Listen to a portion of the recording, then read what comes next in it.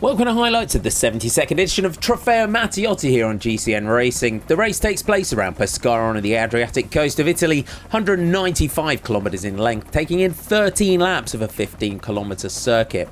A staggered climb on each lap in 3 stages before a technical descent and a long straight flat run to the finish. With the World Road Race Championships now only a week away, many riders would be looking for one last competitive outing. A 5-rider breakaway group managed to establish after 50 kilometres a maximum lead of 4:30, but with 25 to go it was down to 2:20. Matteo Trentin, Matteo Fabbro, Andre Amador, Daniel Savini and Fabien Dubé were the members of the break. There were many attacks and counter-attacks from the peloton behind, with Neri Sottoli, Simone Velasco keen to get involved. The breakaway group, though, was sticking together and not interested in attacking one another just yet. Springing another attack from the group behind, though, was Evgeny Shalanov of Gazprom Rusvelo, closely followed again by Velasco. Shalanov was looking quick on the technical descent, but had they left it too late to try and get across?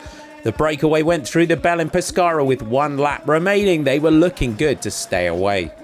The gap to Velasco and Shalanov was now 1 minute and 45 seconds. As the peloton came through, though, they had shaved off a few more seconds and were now at 1:58. But with no real concerted chase, was the leader and winner going to come from those up the road?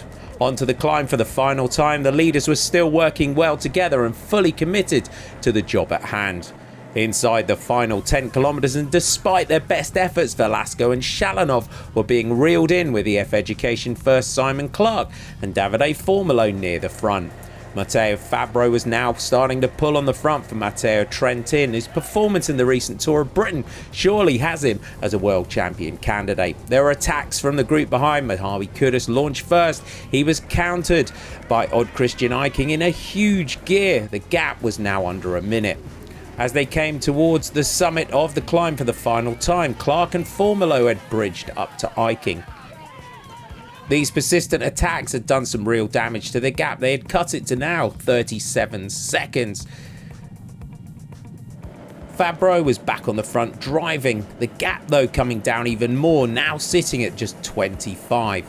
With the group in sight, the Italian champion's jersey of Davide Formolo tried one last-ditch do-or-die move to try and bridge to the leaders.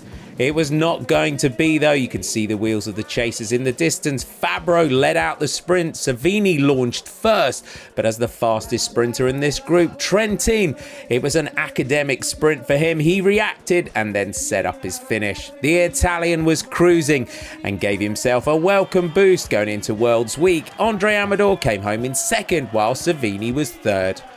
Matteo Fabbro behind was celebrating his effort in helping to deliver the victory. Matteo Trentin takes his 6th win of 2019.